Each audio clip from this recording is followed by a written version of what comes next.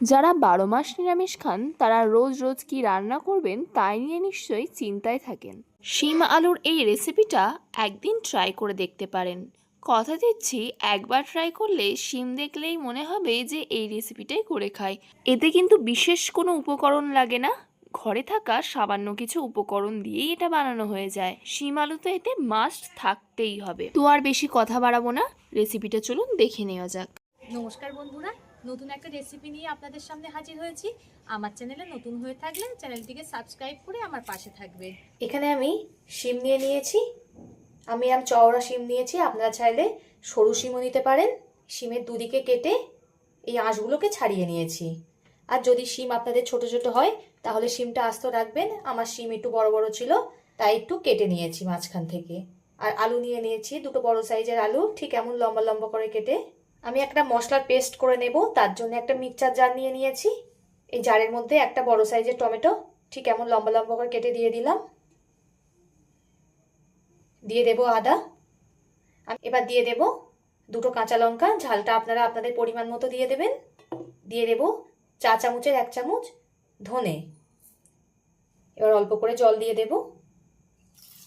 এবার মশলার একটা পেস্ট বানিয়ে নেব। আমার মশলার পেস্ট বানানো হয়ে গেছে। এখানে আমি চা চামচের 4 চামচ মতো টক দই নিয়ে নিয়েছি। দইটাকে খুব ভালো করে ফাটিয়ে নেব। দইটা কিন্তু খুব ভালো করে ফাটাতে হবে, যেন কোনো দানা দানা ভাব না থাকে। খুব ভালো করে ফাটানো হয়ে গেছে। এখানে আমি 100 গ্রাম মতো পনির নিয়ে নিয়েছি। পনিরটাকে একটু হাতের সাহায্যে ম্যাশ করে নেব। আপনারা চাইলে এখানে ছানাও ব্যবহার করতে পারেন। নিরামিষ দিনে এই রান্নাটা দারুণ হয় বন্ধুরা, একবার হলেও ট্রাই করে দেখবেন। সবাই আঙুল চেটে খাবে, এত সুন্দর হয় এই রান্নাটা। আমার হাতের সাহায্যে ম্যাশ করা হয়ে গেছে। যেহেতু রান্নাটা আমি উনানে করব, তাই উনানের জালটা ধরিয়ে কড়াটা বসিয়ে দিয়েছি। কড়ার মধ্যে দিয়ে দেব অল্প করে জল। জলের মধ্যে একটু লবণ দিয়ে দিলাম। এবারে জলের মধ্যে কেটে ধুয়ে রাখা শিমগুলো দিয়ে দেব।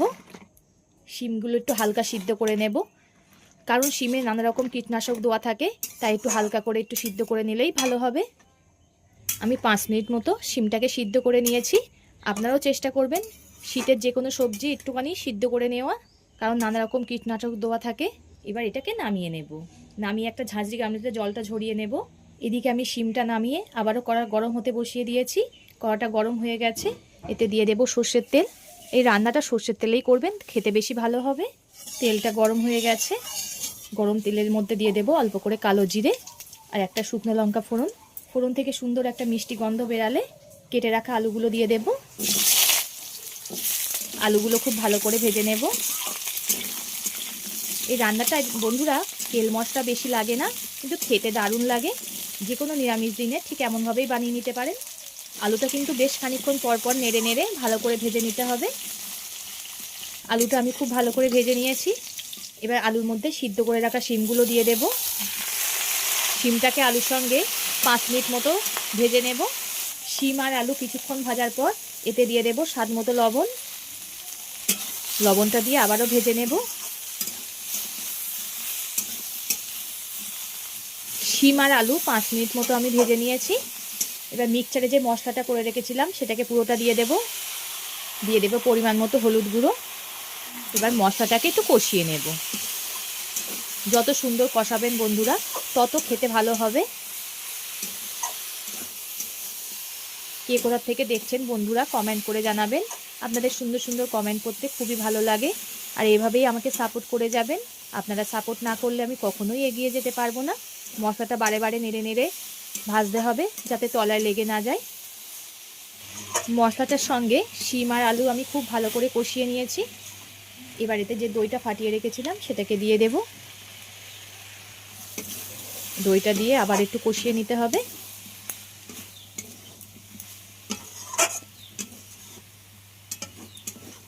এই রেসিপিটা একদিন বানাবেন, বাড়িতে শিম থাকলে শুধুই মনে হবে এই রেসিপিটাই বানিয়ে খাই, এত দারুণ হয় এটা খেতে। আর নিরামিষ দিনে তো একেবারে জমে যাবে। আর সব কিছু সুন্দরভাবে কষানো হয়ে গেছে। এবার এতে জল দিয়ে দেব। খুব একটা বেশি জল দেব না। এখানে আমি অল্প করে জল দিয়ে দিলাম। আপনারা যেমন গ্রেভি পছন্দ করবেন তেমনই জল দিয়ে দেবেন। এটা একটু শুকনো শুকনো হলে তবেই খেতে ভালো লাগবে। এবার ঝোলটাকে একটু ফুটতে দেব। ঝোলটা খুব ভালো রকমই ফুটে গেছে। এবার এতে ম্যাশ করে রাখা পনিরটা নিয়ে দেব। এই রেসিপিটা রুটি, ভাত, পরোটা যে কোনো কিছু দিয়ে খেতে পারেন। খুবই সুন্দর লাগবে খেতে। আর বাড়িতে একবার ট্রাই করে কমেন্ট করে জানাবেন কেমন লেগেছে এই রেসিপিটা খেতে। আপনাদের কমেন্টের আশায় থাকবো। এই সময় আপনারা চাইলে একটু চিনি ব্যবহার করতে পারেন, আমি এখানে চিনি দিলাম না। ঝাল মিষ্টি আপনারা আপনাদের পরিমাণ মতো ব্যবহার করবেন। সব কিছুই গলে গেছে আর কি সুন্দর গ্রেভি তৈরি হয়েছে দেখুন। এটা কিন্তু দারুণ লাগবে খেতে। এতক্ষণ ধরে ভিডিওটা ধৈর্য ধরে দেখার জন্য অসংখ্য ধন্যবাদ। সবাই সুস্থ থাকবেন, ভালো থাকবেন। নতুন একটা রেসিপি নিয়ে আপনাদের সঙ্গে আবার দেখা হচ্ছে।